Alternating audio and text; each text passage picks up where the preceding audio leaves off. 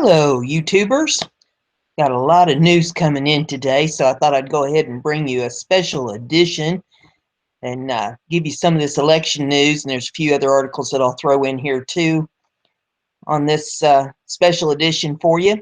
The very first article that I have is off the NewYorkPost.com. It says Hillary's 33,000 emails might not be missing after all. For months now, we've been told that Hillary Clinton's 33,000 missing emails were permanently erased and destroyed beyond recovery. But newly released FBI notes strongly suggest they still exist in several locations, and they could be recovered if only someone would impanel a grand jury to seize them. An interview with FBI agents and executives with the Denver contractor that maintained Clinton's private server revealed that an underling didn't bleach and clean all her subpoenaed emails, just ones he stored in data file and used to transfer the emails from the server to Clinton's aides, who in turn sorted them for delivery to Congress. The Platte River Network's executive, whose name was redacted from the interview report, said PRN tech Paul Gambetta created a vehicle to transfer email files from the live mailboxes of Clinton Executive Services Corp email accounts, and then later used BleachBit software to shred the vehicle. But the email content still existed in the live email accounts. Unless one of Clinton's aides had the capability to log into the PRN server as an administrator and remove a mailbox, her archived emails more than likely still reside someplace in the system. Materialize on an internal shared device that PRN created to control access to the Clinton email accounts among PRN employees. PRN has been under FBI order to preserve all emails and other evidence since the start of its investigation last year. Clinton's missing personal emails may also be captured on Google's server, according to FBI notes. Gambetta transferred all of the Clinton email content to a personal Google email address he created. Only the FBI never subpoenaed Google to find out. The FBI documents also reveal that Hillary's server was mirrored on a cloud server in Pennsylvania maintained by Datto Incorporated, a tech firm that performs cloud-to-cloud data protection. When PRN contracted with Datto, it requested that Hillary's server be backed up locally and privately. But the techs forgot to order the private mode, and they sent the server backup data remotely to Datto's secure cloud and not to the local private mode. The FBI never subpoenaed Datto's server either. Then there's the laptop Gambetta loaded with Clinton's email archive and allegedly shipped back to Clinton aide in Washington, who claims it got lost in the mail. Not so fast. The latest FBI document dump includes a series of interviews with an unidentified former special assistant to Clinton at the State Department, who said the elusive Apple MacBook laptop was actually shipped to the Clinton Foundation in New York City. But in June follow-up interview, the FBI agent inexplicitly left it up to the critical witness to inquire about the shipment with the foundation's mailroom manager, who works in Rockefeller Center. The FBI still does not have the laptop in its possession. It turns out that the investigator also knew the whereabouts of the original Apple server Clinton used in her first 2 months in office. Recovering that equipment is critical because it contains a mass of unseen emails from January 21st, 2009 to March 18th, 2009, a critical period in Clinton's tenure at State. Witnesses say the equipment was not discarded, as first believed, but repurposed as a workstation used by staff in the Clinton Chapel residence. Yet the FBI says it was unable to obtain the original Apple server for a forensic review. Instead of seizing it, the agency has taken Clinton's aides and lawyers' word that the server's bereft of relevant emails. In fact, the agency confesses on page 27 of its 47-page investigative case summary that it failed to recover other equipment and data as well. The FBI's inability to recover all server equipment and the lack of complete server log data for the relevant time period limited the FBI's forensic analysis of the server system. As a result, FBI cyber analysis revealed, in large part, on witness statements. Congressional investigations, say FBI Director James Comey, in his year-long investigation, didn't even bother to send agents to search Clinton's home in Chappaqua or Washington, D.C., nor did he dispatch them to the offices of the Clinton Foundation or Clinton Executive Services Corp. In New York City. The Clinton residence and other locations should have been treated like any other criminal investigation, with federal grand jury subpoenas or search warrants issued by judges and served in the middle of the night, said veteran FBI Specialist Agent Michael M. Basilio, who worked criminal cases out of New York and other field offices for 27 years. Never, I repeat, never in my career have I or any FBI agent known to me investigated a criminal case without the use of federal grand jury subpoenas, or search warrants, he said. It's disgraceful they weren't used in this case. The most damning evidence against Clinton may never have been actually destroyed. It was simply left untouched by the FBI. Next article that I have for you is off of investmentwatchblog.com. And this one says, Berkeley and Stanford studies conclude that without voter fraud, the odds HRC won the primaries is 1 in 77 billion. Clinton's win was only possible through widespread voter fraud. After applying various statistical models to subset of 2016 primary voting data, several academic researchers conclude Hillary Clinton's win was only possible through widespread voter fraud. And there is video in this one. All these URLs are in the description of the video, so if you want to pull them up and check the videos out in them at your leisure, you're welcome to do so. Do further research, whatever you need to do with these. Widespread allegations of election fraud and voter suppression across the United States during 2016 Democratic primary has sparked the interest of several academic researchers, and what they discovered in their research is disturbing. The researchers each performed independent studies in which a few different statisticals was applied to analyze various subsets of vote data, and of the studies came to the same conclusion, namely that Hillary's win could have only been possible as a result of widespread election fraud.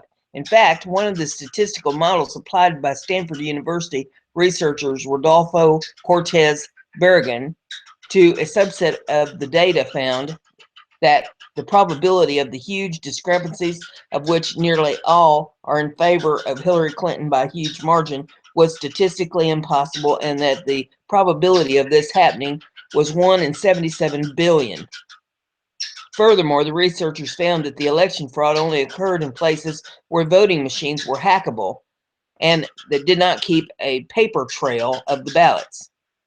In these locations, Hillary won by massive margins. On the other hand, in locations that were not hackable and did keep paper trails of the ballots, Bernie Sanders beat Hillary Clinton. Analysis also showed repeatedly irregularities and statistical impossible reverses in reported live votes in several locations across the country. In commenting on the research, Berrigan stated that some of the models are rock solid and 59-year-old, and results seen here have never been witnessed in non-fraudulent elections during that period of time. To summarize, at least 4 different independent studies were conducted with various statistical models applied. The researchers applied the different statistical models to, number 1, actual vote counts as they were reported. Number 2, discrepancies in polling data versus actual counts. Number 3, various subsets of demographic polling data versus actual vote counts. The results of each study the results of each study corroborated with the results of the others, and some of the researchers have reviewed with work to others and go on to confirm the findings in those studies. It will take months for studies to undergo peer review. However, all the research statistically proved there must have been widespread fraud to create discrepancies in the vote counts that exist in all three subsets of the data analyzed.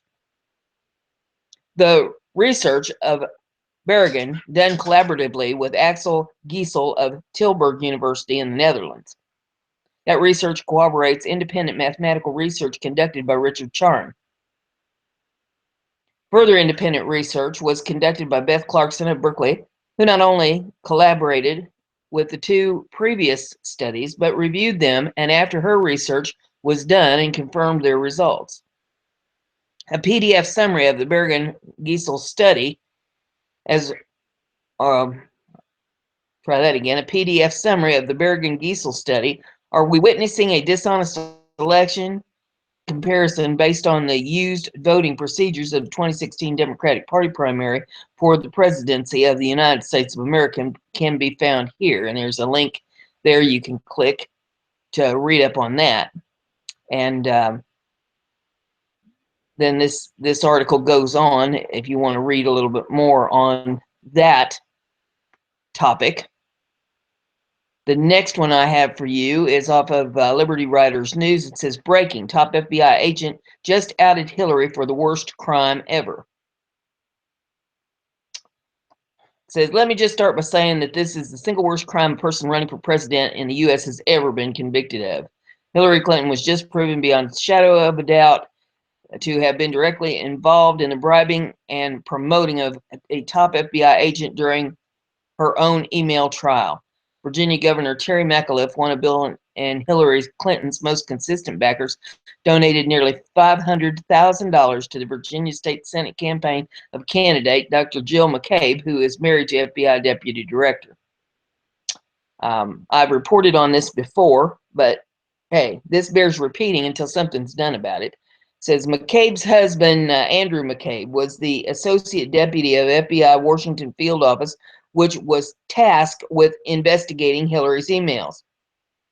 This is where it gets really interesting. Sometime between the donations being made at the beginning of Hillary's email investigation, McCabe was promoted to deputy director of that office, giving him full control of the Clinton investigation.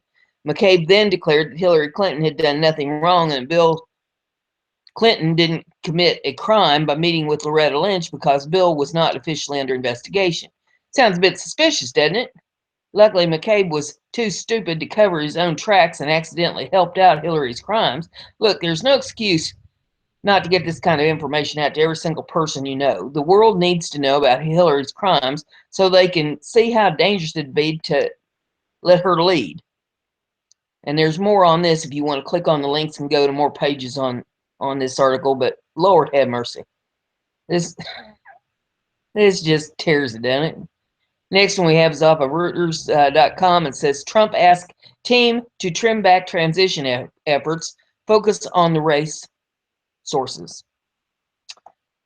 It says, trailing in opinion polls, Republican presidential nominee Donald Trump has asked his campaign to cut back on identifying candidates for key jobs in his would-be administration and focus instead on bolstering his chances on Election Day, according to two people familiar with the campaign's inner workings.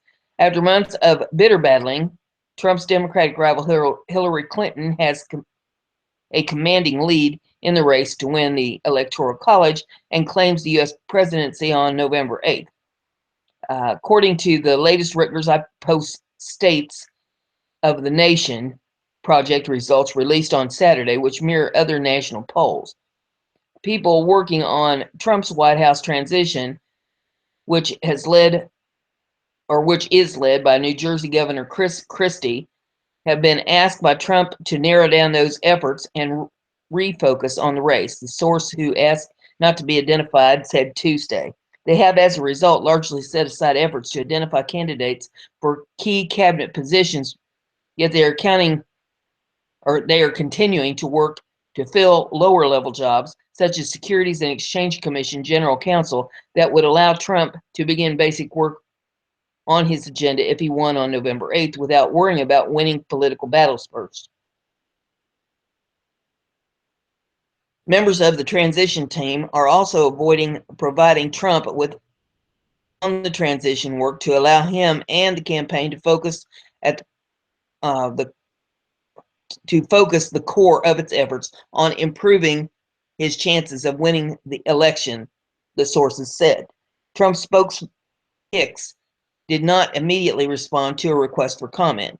The sources did not say when Trump asked his campaign to reduce its transition work, but one of the two sources said that Christie has spent twice as much time helping Trump prepare for the three presidential debates, which occurred between September 26th and October 19th, as he had on the transition work. A spokesman for Christie declined to comment. Familiar with the campaign, who also asked not to be named, said a senior Trump official has been contacting Wall Street tycoons and other wealthy Republicans for recommendations on lower-level positions. That source said the Trump team has opened up its hiring search far beyond its core group of supporters and is even willing to consider people who have criticized the brash New York businessman. The next item that I have here is off of Brigaded.com, and it says Trump's Great America Movement surges in Florida. These final days before November 8th are strange. Some polls have Hillary leading Trump by 12 points. Some show Trump leading by 2. Any hope for a landslide victory by either candidate dims with each passing day. Nobody knows if we'll get Great America or Borderless America. In Florida, Real Clear Politics estimates Clinton leads Trump by 3.9 points. With 14 days left, skeptics wonder if Trump already lost Florida. Pundits suggest Trump should stop his efforts in the Sunshine State and focus on states such as North Carolina. Trump keeps fighting. Skeptics forget Trump's fighting spirit and his conviction to win for a noble cause. The Donald billionaire businessman who's employed tens of thousands has seen Obama's destruction of small business ownership. Trump sees America in decline as our debt rises to all-time highs. Trump sees racial tensions boil due to unnecessary circumstances. He sees the world suffering from a senseless migration crisis, and American jobs flee our nation at non-stop rate. He can no longer idly watch as America got gutted. As Trump neared his twilight years, he's learned that his greatest obligation was not his company, but the future of these United States, potentially Western civilization. Hillary Clinton is not his primary opponent. The heartless, insulated elites who program oppositional media and purchase self-serving politicians who ultimately undermine and destroy countries. Perhaps these elitists erode America unintentionally, but their massive web of unending selfishness leads to downfall. Disconnected elites led to the fall of Rome. Why not America? Damages suffered from 28 years of British Clinton Obama to America's middle class has sparked a flame in Mr. Trump's heart. And yes, liberals, he has one like you and me. Trump had no choice but to run. On Monday, I saw Donald Trump speak in my hometown, Tampa. He took stage at the Mid-Florida Credit Union Amphitheater. This venue hosts the biggest names in music, from Drake to Kanye West. Capacity is roughly 20,000. There's a small land extension that holds even more people. I entered the rally 5 minutes after Trump began speaking early. There were thousands waiting outside security checkpoints. Many stayed in the parking lot to hear Trump's voice booming through speakers. When I walked into the stadium, I saw a flight of stairs. People were running up, so I ran too. At the peak, I saw a massive crowd cheering as Trump disparaged mainstream media. Despite shiny press credentials, I opted to join the crowd. The energy was indescribable. Trump mentioned WikiLeaks and lamented on John Podesta's ties to Russia. Trump moved through the topics freely before pivoting to Obamacare. He fired up the crowd by mentioning the White House announced premiums would rise 20% by 2017. Trump brought up immigration, school choice, and draining the swamp of corruption in Washington, D.C. The crowd's excitement was genuine. People of all ages, including children, adults, young adults, the elderly, loved hearing Trump's message. For many Americans, Donald Trump is a ray of light in the darkening world. His movement is alive and well. Our everyday lives see endless conflict and disarray. People find refuge in Donald Trump's message and hope and security as an escape from too many self-inflicted political wounds. But the Clinton machine is relentless. Luckily, the left's efforts to smear Mr. Trump as a warmonger have failed. For example, the United States is violently beeping tensions between Russia due to the conflict in Aleppo. Hillary's no-fly zone would spell disaster to both America and Russia. A no-fly zone would mean Russia aircraft shoots down U.S. aircraft and U.S. aircraft shoots down Russian aircraft. American drones would likely soar regardless. It would be war between U.S. and Russia, with a line in the sand for Russia asking them to play nice. This is not fear-mongering. That is Hillary Clinton's proposal. She claimed she would save lives. Michael Choskowski, I know you love hearing me butcher these names, founder of the Center for Research of Globalization, disagrees. The chairman of the Joint Chiefs of Staff, General Joseph Francis Dunford, has warned both the U.S. Senate as well as Secretary of State John Kerry in no uncertain terms that a no-fly zone over Syria would lead to war with both Syria and Russia, intimating a dangerous process of military escalation. These conflicts in the Middle East remind us how Obama's administration dealt with Libya. The United States sent weapons to rebels hoping to capture or kill Muammar Gaddafi. The resulting capture of U.S. consulate in Benghazi and terrorist raid killed an American ambassador and 3 others as well. The incompetent incursions meant total destabilization of Libya. These mismanaged military efforts strike fear within patriotic Americans. Left-wing media can spout stories of Donald Trump's alleged accusers or leak tape where he talked about his appeal as a rich man, but at the end of the day, these have all been distractions away from the true problem and real warfare. Americans are sick of pointless wars. Americans do not care about Trump bragging about exploits with women. They do not care about whether Trump is hiding something in his tax returns. We, the people, do not care about Donald Trump's manufactured ties to Russia, which do not exist.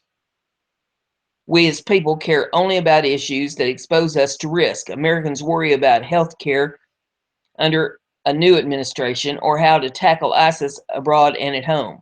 Donald Trump is the wolf to lead our pack. Trump rode into town like a spaghetti western cowboy. He came to cause trouble with the local gang. The notorious celebrity finally stepped off his NBC primetime territory into a different gang's MSNBC news territory. When Barack Obama decries Trump's reality show style, he forgets what made Trump famous. Trump's bold audacity is a strength, not a weakness. Trump is the face of success, the quintessential embodiment of the American dream.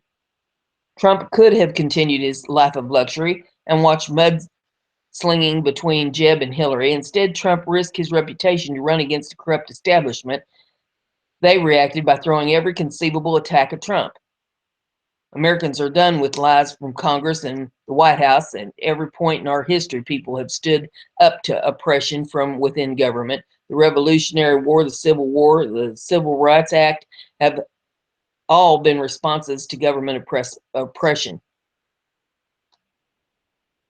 Next article I have for you is off of the dailysheeple.com. It says, leaked emails reveal Hillary can't speak for very long without a podium. So were the debates rigged? WikiLeaks continues to be a treasure trove of info about the behind-the-scenes rigging of what is turning out to be the most infamous presidential election in American history. Remember the first debate between Hillary Clinton and Donald Trump and the conspiracy surrounding Podiumgate?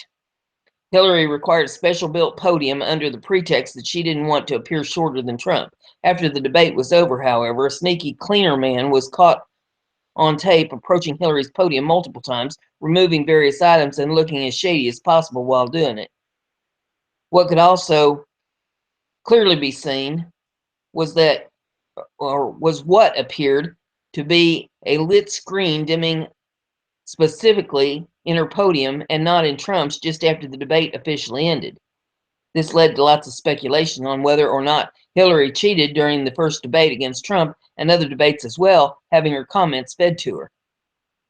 Well, if WikiLeaks Podesta emails are any indication, it's very possible. Why? Because apparently Hillary can't give long speeches without a podium. In fact, these emails, and this isn't even all of them, but enough for you to get the picture, prove her team is well aware of the fact that everything has to be kept short and sweet unless Hillary has a podium. And there is an insert of these emails if you want to read them in this article. They go on for quite a ways, but I'll go on with the article. It says, so how are we supposed to believe she's able to speak in 90-minute debates without prepared notes being fed to her somehow, especially that final debate where she appeared to be reading more than writing, looking down all the time at some sort of lit screen embedded in the podium, as pointed out in other debates, as shown in the video above. And there is a video in this as well you can take a look at and watch her looking down at the podium all the time. The next one is off of libertywritersnews.com, and it says, breaking. Last night, Trump dropped the biggest bombshell in U.S. election history on Hillary. Donald Trump has been full of surprises this election. There ain't no doubt about that. However, nothing could possibly have prepared Hillary or her campaign for the bombshell he dropped on her last night. You see, Trump sent his campaign manager, Kellyanne Conway, out to do a radio interview last night. Everyone was expecting the normal interview stuff. However, it became very apparent within minutes that Trump had other plans for that interview. Kellyanne told the show host, this is the quote, I think Donald Trump would challenge Hillary to another debate for a very simple reason. Unless you're a money donor, you're not going to have much access to Hillary Clinton out on the stump now. She's right.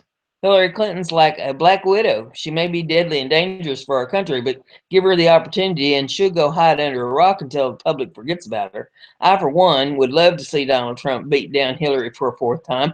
I think it may be exactly what Trump needs to boost himself ahead in the polls and win on November the 8th. It says, let's force Hillary Clinton to accept Trump's challenge by sharing this all over Facebook until she has no choice but to take him on. And then the article goes on. There's more pages of this if you want to click on them and read about that. Yeah, I don't imagine she would be very happy to have to face him again in a debate. The next one is off of thehill.com. It says, government workers shun Trump, give big money to Clinton. Federal government employees are opening their wallets to help Hillary Clinton beat Donald Trump on November the 8th. Of the roughly $2 million that federal workers from 14 agencies spent on presidential politics, by the end of September, about $1.9 million, or 95%, went to Democratic nominees' campaign, according to the analyst by The Hill. Employees at all the agencies analyzed, without exception, are sending their campaign contributions overwhelmingly to Clinton over her Republican counterpart. Several agencies, such as the State Department, which Clinton once led, saw more than 99% of contributions going to Clinton. Employees of the Department of Justice, which investigated Clinton's use of a private email server while she was Secretary of State, gave Clinton 97% of their donations. Trump received $8,756 from DOJ employees, compared with $286,797 for Clinton. From the IRS employees, Clinton received 94% of donations. Federal government employees overwhelmingly backed Clinton's presidential campaign, no matter which agency. The Hill analyzed using Federal Election Commission data covering donors giving more than $200. And there's some charts in this if you want to take a look at those charts. Trump campaign spokesman Jason Miller said these donation patterns are more evidence of the rigged system favoring establishment candidates like Clinton over outsiders like Trump. The Trump campaign has been citing lopsided media donations to Clinton, though there's no evidence they're coming from reporters covering Trump, as further evidence that the game is fixed. But David Schultz, a Hamline University professor of political science, said government employees have historically favored Democratic candidates over Republicans, both in their voting habits, and political contributions made in their personal time. Under the Hatch Act, federal government employees are banned from engaging in political activities, including making campaign contributions during working hours. Government employees are, on balance, more moderate or more liberal as opposed to the general population, Schultz said, not across the board, but in general. Government employees are more likely to believe in government as opposed to, let's say, a privatization program, he added, programs that we would view as hostile to government. Try that again. Republicans typically campaign on promises to slash government payrolls, which helps explain why recent GOP presidential candidates have received a smaller share of donations from government workers. Yet, while Republicans usually do worse than Democrats, Trump appears to be doing especially poorly in fundraising from government employees. The 2012 GOP presidential nominee, Mitt Romney, received 14% of donations from the same group of agencies surveyed for Trump. Trump received just 5%. Romney got close to $300,000 more from these same departments employees than Trump has 4 years later. Comparison to previous presidential candidates are of limited value since they took public funding for their general election campaigns.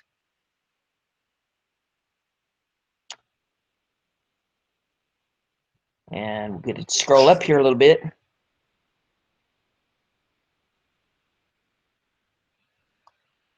Well, okay, it's jumping around. It's on steroids today. Get this thing to calm itself.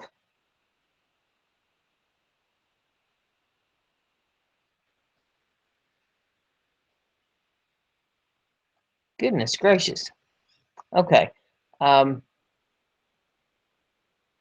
might have had, well, good grief. Never seen anything moving around as much as this thing. Okay, Trump might have had a chance to do better than Romney. He discarded much of Republican orthodoxy campaign, which could have led some federal employees to believe that he'd be more amenable to big government. He vowed, for example, to leave massive social welfare programs virtually untouched. But Trump also constantly attacked federal institutions.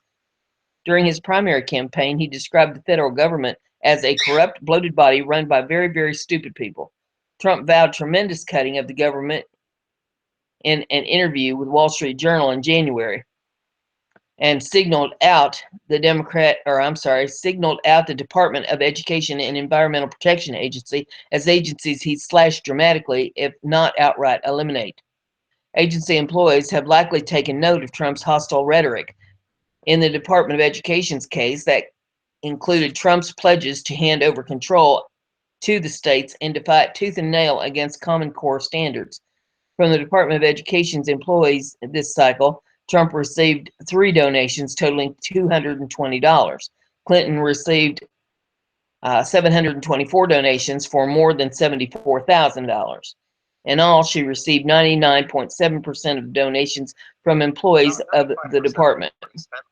And this is trying to play something, and we'll have to see if we can figure out how to shut that off. Goodness. Well, no, it doesn't want to hush. So I'm going to have to get off of that page because I can't have that going on. Okay, so if you want to read the rest of that, you have to pull that one up and take a look at that one yourself. And then I'll let you watch the video. The next article I have for you is off of foxnews.com, and it says drone pilot, Air Force offering up to 175 grand retention bonus. The U.S. Air Force announced Friday that it's offering experienced drone pilots a bonus worth up to $175,000, illustrating the military's focus on the evolution of unmanned warfare. The Air Force Times reported that the payout would be $35,000 per year for the qualified pilots who agreed to a 5-year commitment. The report of the military's offer came just before the Pentagon controversially sought to recover some hefty reenlistment bonuses. Military officials revealed nearly 10,000 California Army National Guard soldiers were paid too much to go fight in Iraq and Afghanistan, according to an audit first reported by the Los Angeles Times. The paper reported widespread overpayments by California Guard officials under pressure to meet enlistment targets at the height of the wars 10 years ago. To be eligible for Air Force bonus, the drone pilot should have a background with remote piloted aircraft, or RPA.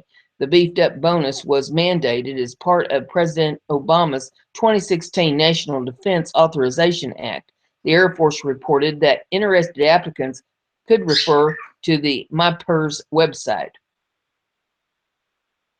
So there you have it, that article. And the next article that I have for you is off of foxnews.com.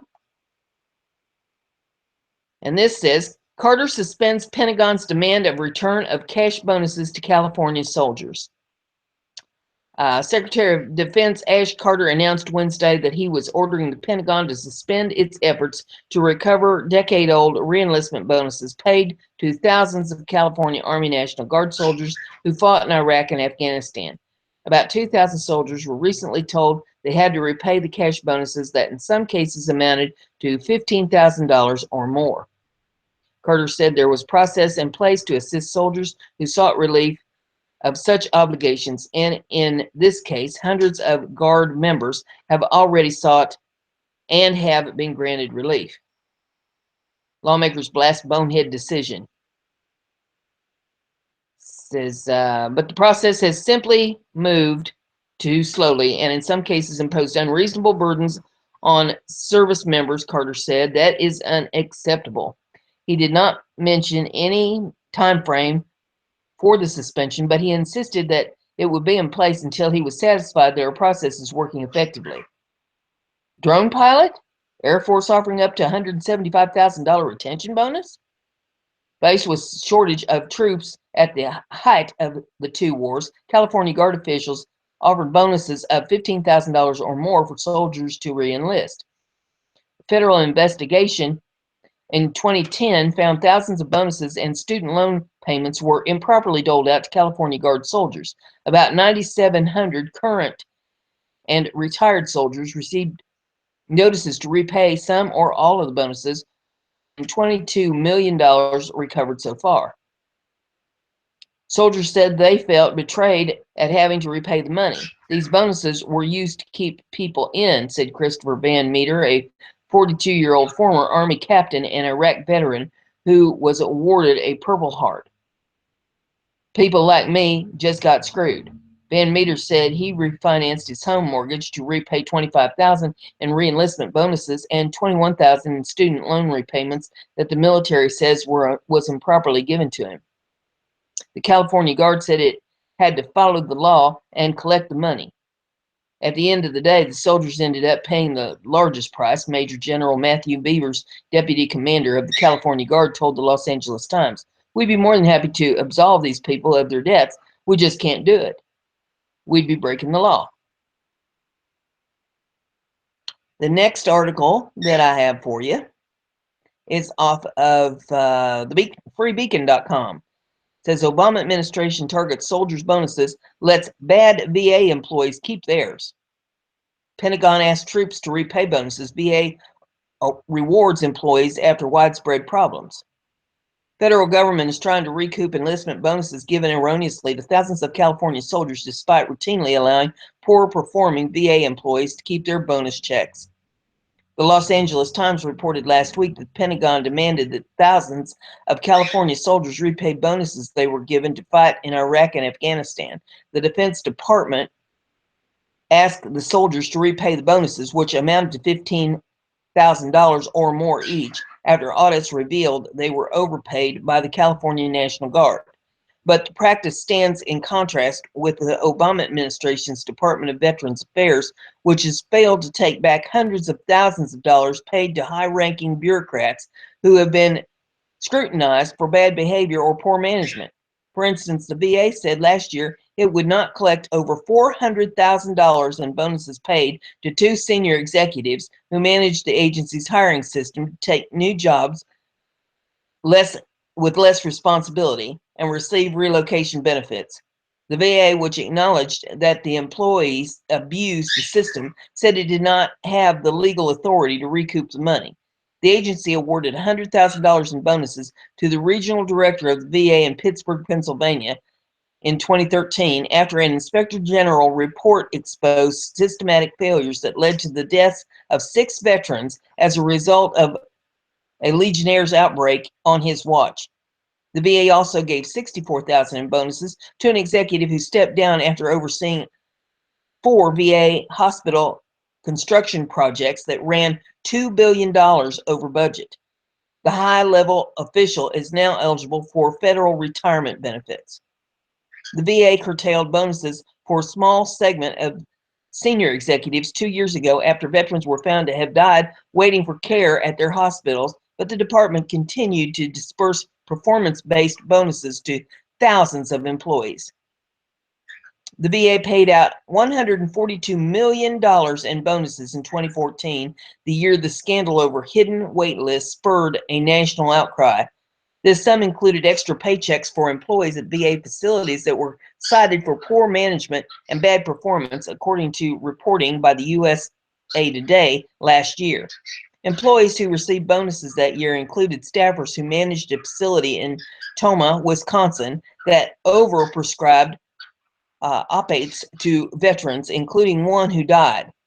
Executives who oversaw construction of the facility near Denver that is more than $1 billion over budget. A high-level official at the VA in St. Cloud, Minnesota, who was cited by internal investigations for poor performance, and a manager at the VA in Augusta, Georgia, who admitted to drinking a government vehicle.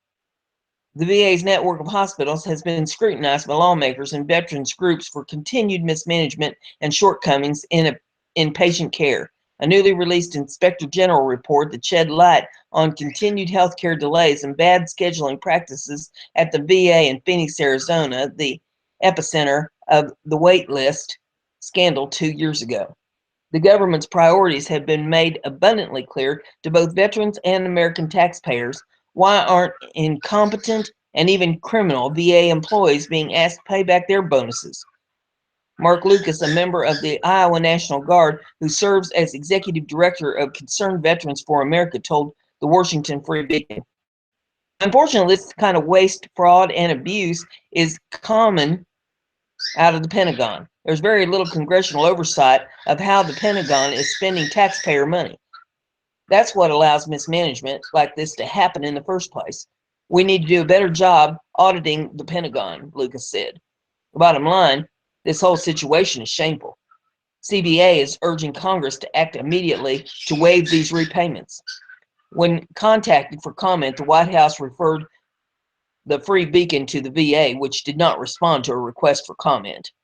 Defense Secretary Ash Carter said Tuesday that the Pentagon will look into and resolve the re-enlistment bonus issue, the enlistment bonus issue, though he didn't elaborate on how the issue could be resolved. Earlier Tuesday, top Republican lawmaker wrote a letter to Carter insisting that the service members be allowed to keep their bonuses. We are dismayed that our men and women who answered the country's call to duty are now being forced to repay what was promised to them in exchange for their honorable service, wrote House Majority Leader Kevin McCarthy, Republican of California, and 19 of his colleagues. Some have faced the threat of wage garnishments and tax liens if they refuse. This is no way to treat those that have fulfilled their commitments to our country. They should be held harmless in light of the fraud that was perpetrated upon them by overzealous recruiters, the lawmakers wrote. The incident has drawn response from both majority party presidential nominees, with Democratic candidate Hillary Clinton criticizing the rigid bureaucracy of the Pentagon and calling on Congress to pass legislation to fix the problem. The VA did not comment on the matter and referred the Free Beacon to the Pentagon. Update on October the 26th at 9:55 a.m. says this post has been updated to reflect that when asked about VA employee bonuses, the VA referred the Free Beacon to the Pentagon. So there you have that one. And the last article that I have for you in this broadcast tonight is Off of France24.com, UN Human Rights Advisor compares Haiti cholera scandal to Watergate. And there's a video on this if you'd like to pull it up and take a look at it. It says the UN's refusal to accept responsibility for bringing cholera to Haiti 6 years ago, leading to the deaths of more than 9,000 people, is a scandal on the same scale as Watergate. The uh, organization's own human rights advisor, I think that should be organization's own human rights advisor, has told France 24. So see, if it's not always me butchering it. A lot of times I'm reading whatever the heck they put up here on the screen. Okay, the way this article reads is the comparison was made by Philip Alston, professor of law at NYU and the United Nations Special Rapporteur. That's a new one to me. I guess that's the French for reporter on extreme poverty and human rights, who labeled the UN's explicit and unqualified denial of being behind the outbreak a disgrace in a scathing report presented to the intergovernment body on Tuesday. The situation is completely clear that UN was responsible for bringing cholera to Haiti, but the formal position adopted is that we are not culpable, and that is a scandal comparable to Watergate, in my view, Alston told France 24. The still ongoing cholera epidemic in Haiti, the first to hit the country in more than 100 years, began in 2010, shortly after a vast earthquake devastated the country, killing tens of thousands and leaving infrastructure in ruins. It is widely believed that the disease was brought to the country by a team of infected Nepalese peacekeepers stationed in the country. Though the UN asserted that the confluence of factors to blame for the outbreak. They've been hiding behind that for ages now, but the evidence shows uncontrovertibly that it's nonsense, Alston told France 24. The only factor is that these peacekeepers from Nepal arrived with cholera and the excrement was dumped in the river. $400 million support package, but no apology. Alston's outspoken comments come as the UN hashes out details of the $400 million or 366 million euros package to aid victims of the cholera outbreak. Dr. David Nabarro, British physician appointed by UN Secretary General Ban Ki-moon, lead the organization's response to the cholera epidemic, said the package would fund a two-track approach. Half the money would go towards treatment of measures to stop the spread of cholera, Dr. Nabarro told France 24, and the other towards what he called a support package, essentially compensation for victims and their families. The UN will still likely need to depend on voluntary contributions from its members to raise the funds. With anything that the UN does, we can develop good plans, but we need to raise the money to implement those good plans because we don't have the cash reserves here, said Dr. Nabarro. But despite the relief efforts and the fact that Ban has admitted the UN has moral obligations to help Haiti's cholera victims, the organization has stopped short of formally apologizing or admitting legal accountability. It has also invoked its right to immunity from lawsuits in order to prevent victims suing for compensation. A U.S. federal appeals court held the United Nations right to immunity in August. If the United Nations bluntly refuses to hold itself accountable for human rights violations, it makes a mockery of its efforts to hold governments and others to account, Alston said in the report. Alston believes that misguided legal advice is the reason for the UN's resistance. In this report, Alston accused the UN's Office of Legal Affairs, or the OLA, for coming up with a patently artificial and wholly unfounded legal precedents for insisting that the organization must not take legal responsibility for what it's done. This is despite the fact that the UN's absolute legal immunity has recently been upheld in courts in the United States of America, meaning that it has nothing to fear from litigation, according to Alston. The approach of simply abdicating responsibility is morally unconscionable, legally indefensible, and politically self-defeating, he wrote in the report. Alston suggested that the U.S. is the largest financial contributor to the UN, could be placing pressure on the organization to take such a position. In the U.S., one never accepts legal responsibility. One always accepts the deal or a settlement, but never responsibility. And I think that the U.S. wants to follow exactly the same approach in the context of the UN. But the situation is, in fact, completely different. Alston, though, is pleased with the $400 million financial package being put together by the UN, describing it as a fantastic development. That we have mobilized, in principle, $400 million is astounding, and I am delighted. But I still insist that it must be done with a legal base, not as a charity, but as a matter of legal responsibility on the part of the UN. However, whether the UN will be successful in raising the funds still remains unclear. Dr. Nabarro said that discussions with member states had been promising when it came to financing the sanitation and disease control part of the relief package, but less promising when it came to compensating victims' families.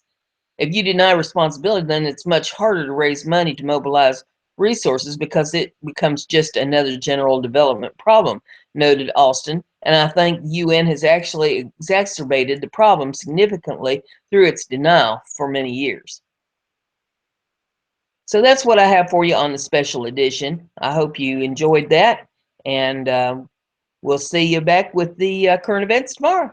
Bye.